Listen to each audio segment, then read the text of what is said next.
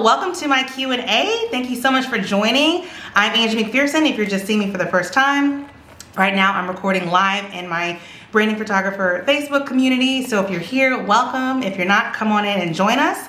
I am just here to answer any Q&A about branding photography. We can talk marketing, pricing, client experience, workflow, all of the above. I recently just lost my voice like 5 days ago and it's slowly coming back. So I sound a little bit hoarse, but I'm here. I'm gonna give you as much value as I can. And if you're live, feel free to ask questions live. I have some questions in the queue already that I can go ahead and answer. So let me go ahead and see what I have. One of the questions I got was, what are my favorite lenses for portraits and what are my favorite lenses for product photography?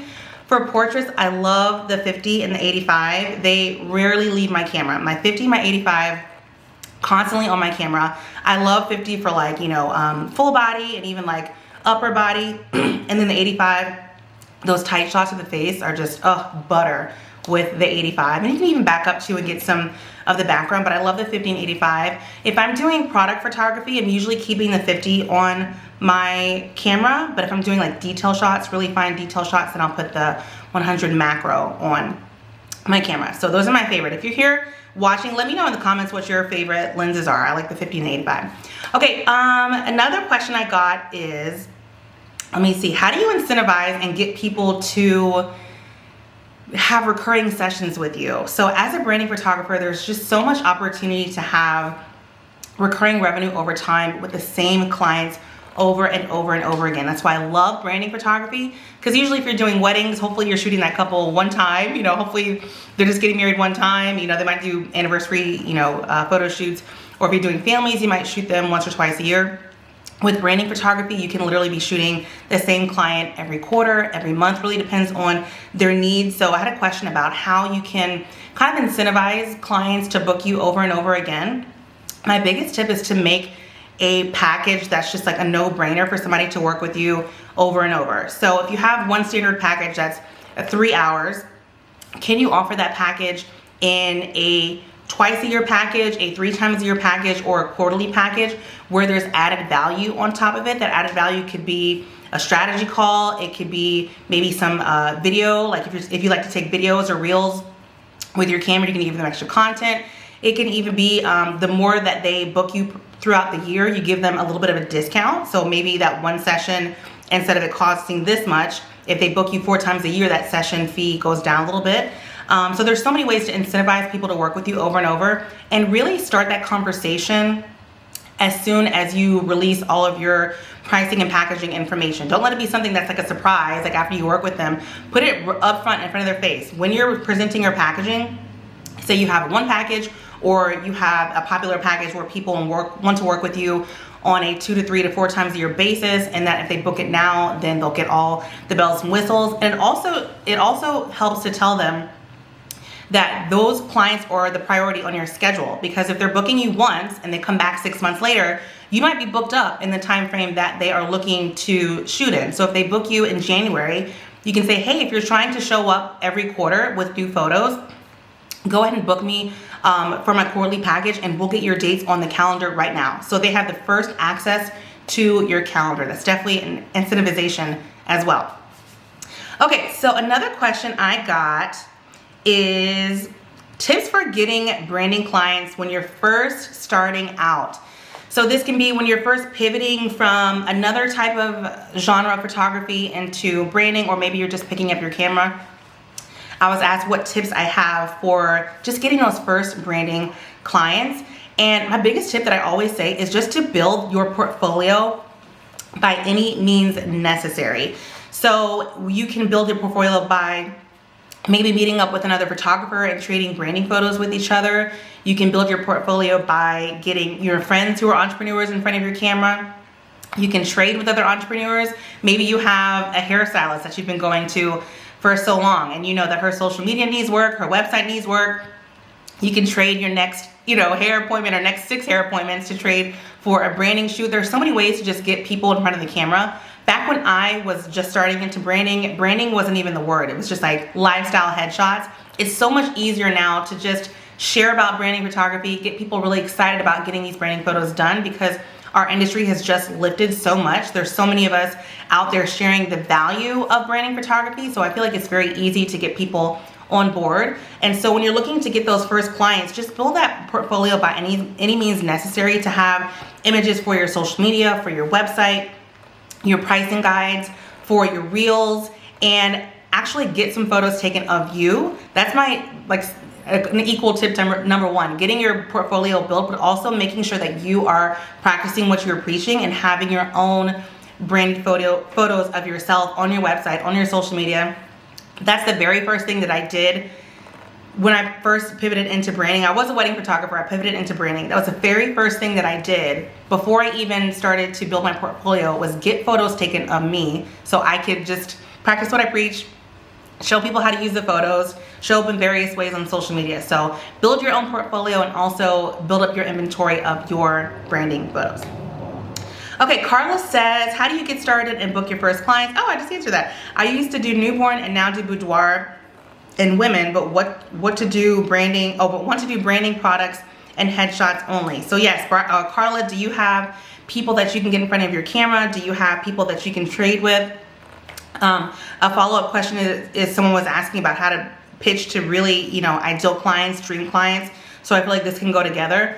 It's all about building those relationships. So if you've done the work of building your portfolio, sharing photos of yourself, and just sharing the value of branding photography, how it's a huge return on investment, how it can show off products and services, and you're giving that education, and you've done all the work that way, then do a lot of relationship building with the types of clients that you want to work with. If you know that you want to work with product makers, maybe someone who makes jewelry or makes scarves or something like that, it's just so easy to find those people, especially locally, in local Facebook groups that you might be in. It might be a local hashtag that you click on. I love going to the farmers market and just shaking hands and meeting product makers and bakers and all these types of entrepreneurs who are locally in my community. Co-working spaces are also a really, really good place to network and meet people. So really focus on, instead of, selling and marketing, all that stuff, just building those relationships with the types of people that you want to work with. Just being a cheerleader for them. As branding photographers, we're literally cheering them on. We're helping them grow their business.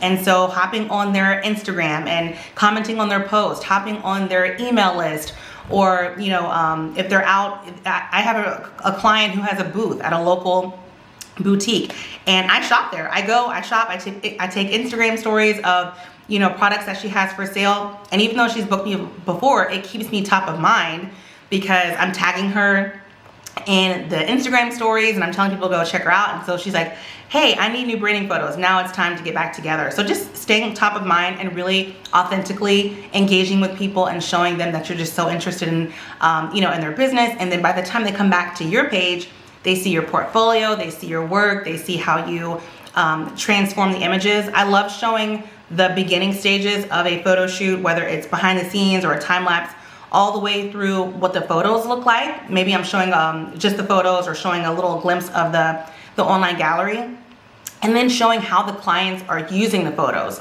So have they updated their website? Have they updated their pins or their Pinterest? Have they updated their social media? Anytime somebody books you, go and take a couple of screenshots of what their aesthetic looks like now, their website, their social media, maybe their LinkedIn profile. It really depends on what this person is doing. Take some screenshots of how it looks now, and then after you work together and they revamp everything, take another screenshot so you can really show that transformation from point A to point Z. Okay, let's see. Another question I got was kind of the same question, but for product photography, and I have the same advice. Build your product photography portfolio. It's actually much easier to build your product photography portfolio because I'm sure you have things around your home that you can pick up and take photos of. There are probably different little tchotchkes on your bookshelf or little flat lays that you can put together, and just start sharing those. And just really showing the behind the scenes of you capturing those photos. Okay, let's see. Carla says, how do you know how to charge? How is that figured compared to portraits? So branding photography, you're definitely going to want to charge way more than portraits, because with portraiture, and I was a wedding and portrait photographer, not that much work goes into it as compared to branding photography. With branding photography, we're doing a lot of planning, we're doing a lot of onboarding, we're doing a lot of being in control of the actual shoot. Whereas wedding photography, you kind of go and you have the timeline that maybe the planner has set for you or the couple has set for you.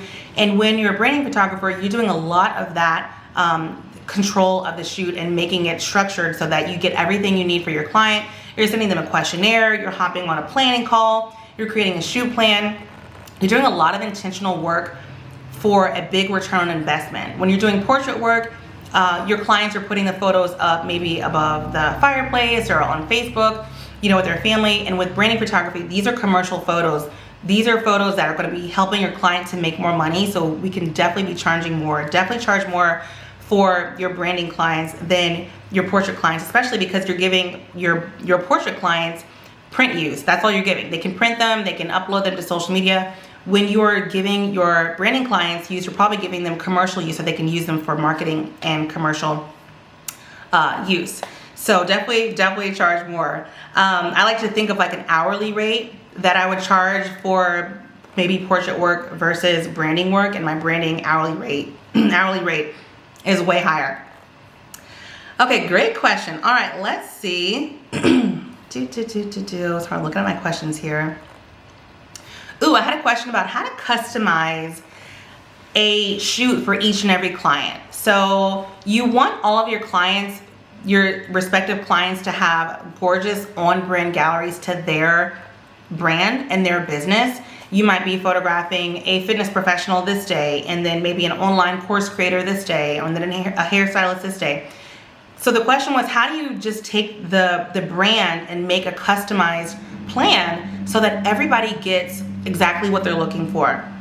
And I like to start with educating clients first and helping them to really understand and develop who their personal brand is. Some of your clients will come in ready. They know exactly who they are. They know exactly what their intentions are for the photos.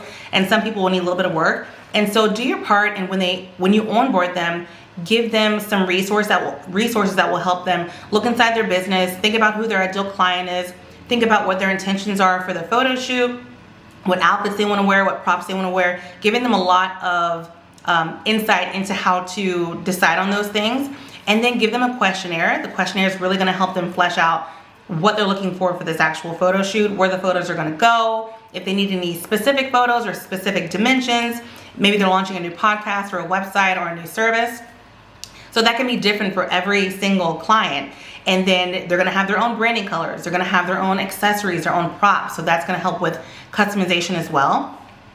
And then you're going to take all of that. They've done all the hard work for you. They've done a questionnaire. They've done, putting together maybe a Pinterest board for you to look at. And then you're going to take all of that and make some type of plan. You can easily do this in Canva, and just a customized plan. So just have a shell of a plan. I actually sell this in my shop. We have a shell of a plan, a shoot plan. And for every client, you're putting in their summarized brand story. You're putting in their prop list, the shot list for each and every specific location you're shooting in. You're pulling in the Pinterest vision board images. And so I don't even have it with me. I wish I did. But every shoot that I go to, I literally have this little book.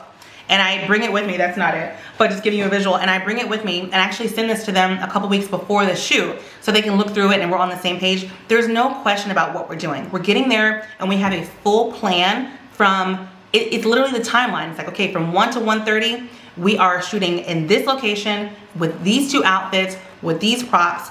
And then from 1:30 to 1:45, my client is changing her outfits. We're setting up station number 2. 1:45, we're shooting in this outfit, these locations. So every single thing is going to be customized for your client, but you're going to have your plan so that you're never really like confused or what do I do next? Or I mean, a lot of photographers make that mistake in the beginning because they just don't know any better. They get there and they're like, okay, these are the photos that we need. Let's get it done. And they like think from memory, or they're like scrolling through their phone. But if you have a plan that you and your client have both agreed on, and it's got the visuals, it's got the shot list, the prop list, the location list, the addresses, where to park, what stairs to go up. If you have all of that ready, just think about how much your client experience is just elevated, because nobody's confused. You're feeling confident in yourself and how you're showing up. Your client is feeling confident because she knows what's coming up next and she knows that you're ready to photograph her.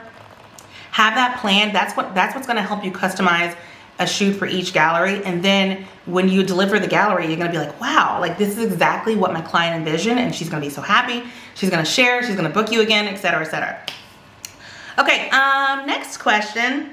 What do you ask in a questionnaire? Do you sell any of your documents or templates? I actually do. If you go to angiemcpherson.com/shop, I have my questionnaire in there, and I have my branding shoot plan. If you're in my course, you have all of this already in the course's bonuses. And so in the questionnaire, I ask them what's their brand story. So who are they? What do they offer? Who their ideal client is? What really makes them unique, from anyone else in their industry?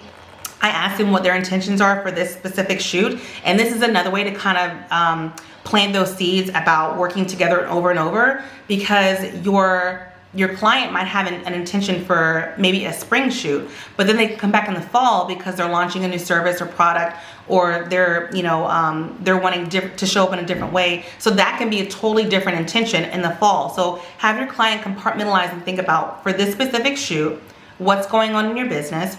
What do we need to promote? What do we need to capture? So asking those questions, those leading questions as well. And then, having them think about what props they want to include, what outfits, what color schemes, if they need anything specific. So I ask if they actually need specific composition. Maybe they're launching a new website and their website template needs a horizontal photo with some empty space. I want to know that, so that when we get there on photo shoot day, I'm capturing that for them. So asking very specific questions like that as well. But yes, that's all in my shop if you want to take a look. Great question. Okay, let's see here. We talked about lenses, pitching to dream clients, recurring sessions, customizing shoots, getting new clients. Oh, I did have a question about leveraging content. Someone was asking how to kind of just take one piece of content and plaster it everywhere. And this is just amazing. This is what you should be doing. Anytime that you take a video or post a caption or do a blog post or an email, just make a Google Doc for that specific piece of like cornerstone content, and make it longer for a long form blog post, make it shorter for a social media post, make it bullet points for maybe an Instagram reel, make it a quick video for TikTok. Take that cornerstone piece of content and repurpose it everywhere. Build out your marketing ecosystem. Every single client that you shoot is a chance to leverage for marketing purposes. If you're photographing a client this weekend, get behind the scenes of you shooting your client, get a video of your client talking about their business. If you've hopped on a Zoom call with your client, maybe take a little boomerang with your client. Get as much as you can from each and every client so that you can use those pieces of content to leverage out for future marketing opportunities, to share what you're doing, share who your client is, and to get other people excited about your business. Okay, Karina says, hey Karina, do you feel you can serve a wider range of clients? Hairdresser one day, car shop the next. It is harder to market to attract different types. Do you have any advice? I photograph a variety of people. I photograph mostly women, but as far as that, the types of businesses are different. I photograph product makers. I photograph service providers. I've had corporate companies bring me on to do headshots of their employees back to back to back. So you can definitely photograph a wide variety of entrepreneurs and business owners, but just really be thinking about what remains consistent, and that's your client experience, your editing style, your packages and deliverables, and just putting that out there so those people who are interested in that type of client experience will be interested. But I definitely photograph different types of clients. Carla says, your course says closed. When will it open again? I have the product course. I'd like the full course. We actually just finished the full course 2 weeks ago. It launched in earlier in the year, and it'll probably open up in the fall of this year. But if you're on the wait list, you will get first dibs and first details about that. Okay, Karina says, also, what do you answer an Instagram follower if they ask, did they pay you to shoot this? If I'm doing portrait building products, for instance, and post those. That's so interesting. I've never had somebody ask me if somebody paid me to shoot it. And that's like super, I would think that's a little nosy for someone to ask, but I don't put it past anybody to ask you.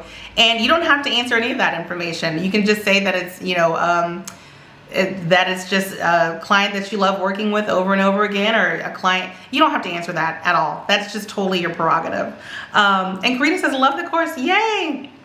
But yes, if somebody's asking about, you know, working with you, specifics in your pricing, you say, if you're interested in working with me, send me an email. I'll be happy to send you my pricing guide. That's how you can kind of segue that conversation.